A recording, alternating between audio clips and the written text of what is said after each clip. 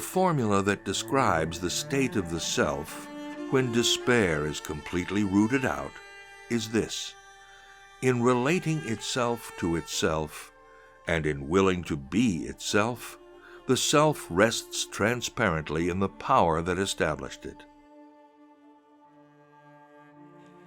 This journey of personally awaking to, recognizing, and posturing myself within an ultimate body is leaving me a little dizzy. Up and down, right and left, in and out, me and not me are all swirling around in my consciousness, yet residing in this very physical body, which perhaps I am now grasping as home for something very deep. In complete darkness, there is no discrimination. Our body and mind work together as one. The Heart Sutra says there are no eyes, no ears, no nose, no tongue, no anything. Because they are not independent, they work together as one. And there is no distinction between eye or nose or tongue. The whole body becomes an eye in the darkness. The whole body becomes a tongue when we eat. We don't eat and taste with our mouths and tongues alone. We see the food with our eyes, we smell it with our nose, we touch it with our hands. The whole body functions together as one in all our actions. So there are no eyes or ears independent of other organs. All work together. This is the reality of life. Light and darkness in Indian Buddhism and Chinese Zen are opposite.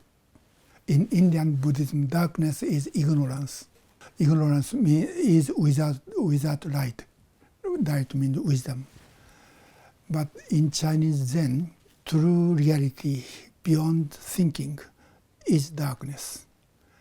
And brightness or light is our discrimination, because when we see things, we can see the difference and we make distinction between this and that. Brightness or light means the way we think and understand, and we create a kind of a picture of the world and system of value. That is how we live in a conventional way. Darkness is beyond thinking or beyond discrimination. That is in Chinese Zen called nothingness or emptiness. That is beyond our thought can reach. That is darkness. In our Zazen, our thoughts are coming and going. Thinking, our light is there, but we let go. Open our hand, we don't grasp. This is darkness. So within our Zazen, light and darkness are together.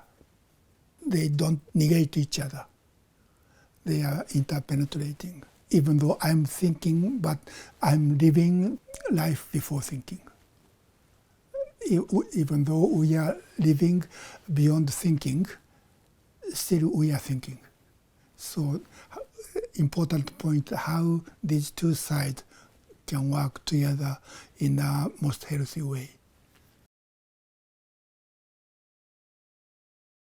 The oneness of the continuing experience of loving with fidelity and trust and love begins to move into a unity consciousness in which the presence of God and us are not distinct anymore. And this isn't usually a permanent state in this world because of the other things you have to do to survive. This presupposes that after the transforming union, a new level of Christian life opens up that is meant to go further to from a union, as wonderful as that is with God, to a unity in which God takes over the faculties more and more, and as in Jesus, manifests himself in everything we do by suggesting what the right response to every situation is from the perspective of divine love. Jesus refers to that when he speaks of the Eucharist. He says, "Those who eat me shall live because of me," meaning that Christ becomes the source of all our activities. So then there's no I, then there's no me, then there's an identity, I suppose. But it doesn't have the same interest anymore, so that all self-interest is transformed into abandonment to the divine will and the openness to manifesting it. The Christ mystery refuses to be vague or abstract. It is always concrete and specific. When we choose to behold things instead of begrudging them, we begin to see that everything is a revelation of the divine, from rocks to rocket ships, from a Rembrandt to a Rothko. Our incapacity to see stems from our own lack of fascination, humility, curiosity, awe. The only thing needed is a willingness to surrender to the naked now, which God always inhabits, where the incarnation always takes place and is always mysterious, where God in every moment is perfectly hidden and at the same time perfectly revealed. Hold that paradox. Those who have eyes to see can allow for both to be true. If Christ is that by which we see, Christ is also what we see in the material world.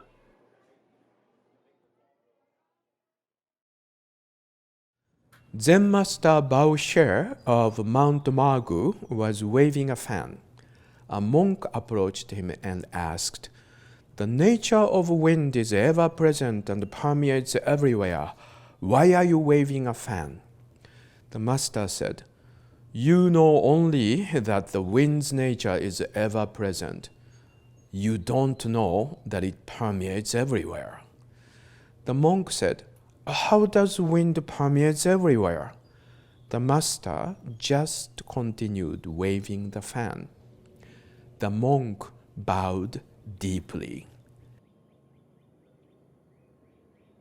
All the religious or spiritual tradition have certain way or style of practice, and Buddhist or Zen Buddhist particularly have certain style that is in Soto Zen sitting meditation. Zazen is most important forms of practice, but our day-to-day activity is also a practice, and there are so many rituals and forms and ceremonies within the monastic traditions that is also a part of our practice. I think we need forms or rituals because we have body, and our life is how to use this body. Our spiritual path is not only our thinking, but we have to walk with our entire body and mind.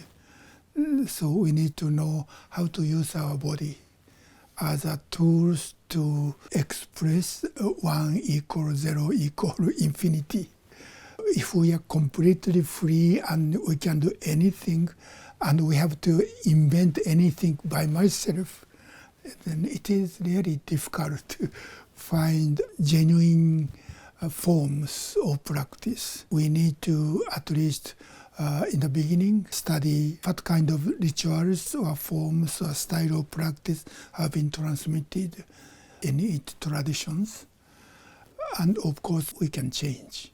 I understand the teaching that we are connected with everything and we are empty. It doesn't work. That doesn't change my life. In order to transform our life as a whole, including body and mind and spirit, we need to learn how to use our body. And fanning is the way we can cause the wind, because wind nature is always there. When we practice, we can cause the wind. But without this practice or form or rituals, wind is simply a concept or idea. Because our spiritual path is not only thinking, but it's actual concrete way of living. So we need to learn how to use our body to also, and that is our practice. I've had quite a few Eastern mentors. In fact, I rediscovered the Christian tradition in a Hindu monastery. Most of my mentors have been either Hindu or Sufi, and not necessarily Buddhists. When I think about, especially in terms of working with young people, and when I think about spirituality, I think about 3 levels that are needed in whatever our approach is to spiritual life. The first one is therapeutic. Practices that can kind of help us to deal with our emotions, with our reactivity, with all that kind of messy stuff in our lives. And as we look into that, we realize that some of those things are messengers that we were not really designed for the kind of a world that we live in. A world of injustice, but also a world where people from far away are expected to be able to get in touch with us at any moment, where we need to be connected all the time in our nervous systems. So the therapeutic then leads to the activist, where we then kind of see actually some things around us need to be changed. Some systems need to be changed. And then the last one is the piece about the supernatural or cosmological or mystical, that it's not necessarily enough to just kind of deal with the therapeutic or even with changing the world, that we need to be grounded in a vision where we are held by a reality that gives us courage, that gives us life, that gives us a very specific purpose in how we are to do our lives, right? And so, Christianity versus Buddhism. I think Buddhism is amazing and much better than Christianity when it comes to the therapeutic. Christianity actually doesn't have many practices or even trainings as to how to deal with a lot of our inner stuff. You're just asked to pray. And sometimes that works and sometimes that doesn't. And when you go into contemplative prayer, even that is not really mainstream Christianity. Even though contemplative prayer is probably older than most things that we do in church, nonetheless, it's not really mainstream at this time. So I think Buddhism is very skilled at helping us with the therapeutic. It is also very skilled in helping us to move from the inner to the outer in terms of action and in the world, in terms of developing compassion, in terms of developing equanimity. Specific practices attached to each of those qualities of being that we can develop. And then when it comes to the supernatural, Buddhism actually doesn't really talk much about it. I mean, you have some teachers like Thich Nhat Hanh and others who even occasionally venture into using the word God. But a lot of Buddhism actually doesn't really talk about the supernatural. In Buddhism, you just kind of touch that reality without necessarily talking about it, which means that there are less dangers of projection or being caught in some kind of a dogmatic system, you know, your theology versus my theology, and etc. What I appreciate in Buddhism and living in this kind of a Buddhist Christian household, what I really appreciate about that is simple but very profound practices that do not talk much about God or any other world but this, but yet when we engage in them, my experience of those practices is For example, loving kindness meditation. You don't talk about God. So a Christian, when a Christian approaches loving kindness, we think, are we just like sending our loving thoughts to someone? My experience of that practice is if you really enter it, you find yourself being in God, dispensing blessings from the heart of God. Even though none of that is mentioned, but that's my experience. That's the gift of Buddhism. The gift of Christianity is this kind of an incarnational framework of a God who calls you by name and who pronounces a blessing on you and calls you to a very specific task in this life. And enlightenment or holiness is not supposed to happen somewhere else, but here. God wants to descend into your very body. So your body and your being can be transformed. Then you can start touching the world and create transformation there. The two traditions actually are very complementary. Thich Nhat Hanh talked about the Buddha and Christ meeting every day in his heart, in his practice. This has been a great blessing for me because Buddhism is just so good with simple but not simplistic, very profound practices that help us immediately to touch that reality that I as a Christian would say, I'm touching God. Buddhists might be very uncomfortable with that language because God is just a word.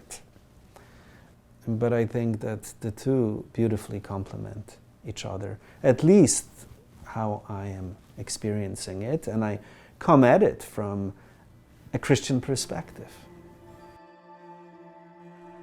In the incarnation, creation is fulfilled by God's including God's self in it.